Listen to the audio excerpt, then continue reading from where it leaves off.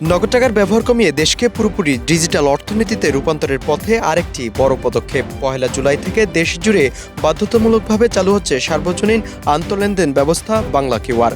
বাংলাদেশ ব্যাংকের প্রত্যাশা, একক এই কিউআর ব্যবস্থার মাধ্যমে সহজ হবে লেনদেন, কমবে প্রতারণা এবং নগদ অর্থের উপর নির্ভরশীলতাও।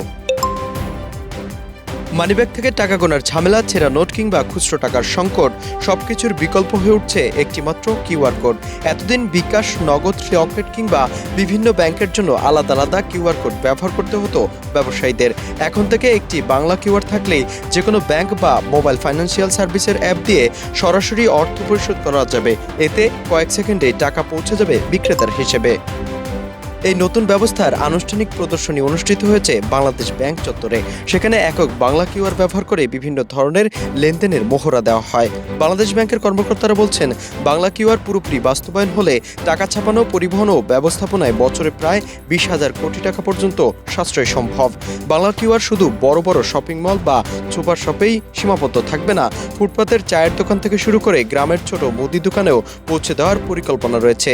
এতে দেশের প্রত্যন্ত অঞ্চলের মানুষও সহজে ডিজিটাল লেনদেনের সুবিধা পাবেন। বাংলাদেশ ব্যাংকের তথ্য অনুযায়ী ২০২৫ সালে ডিজিটাল লেনদেনে প্রতারণার ঘটনা ঘটেছে ৮১,৪২৩টি। এসব ঘটনায় প্রতারকরা হাতিয়ে নিয়েছে প্রায় ১০০ কোটি টাকা। কেন্দ্রীয় ব্যাংকের দাবি, একক ও নিরাপদ বাংলা কিউআর ব্যবস্থা চালু হলে এমন প্রতারণা উল্লেখযোগ্যভাবে কমিয়ে আনা সম্ভব হবে। ক্যাশলেস বাংলাদেশের পথে নতুন এই উদ্যোগ কতটা সফল হয় সেটি এখন দেখার অপেক্ষা।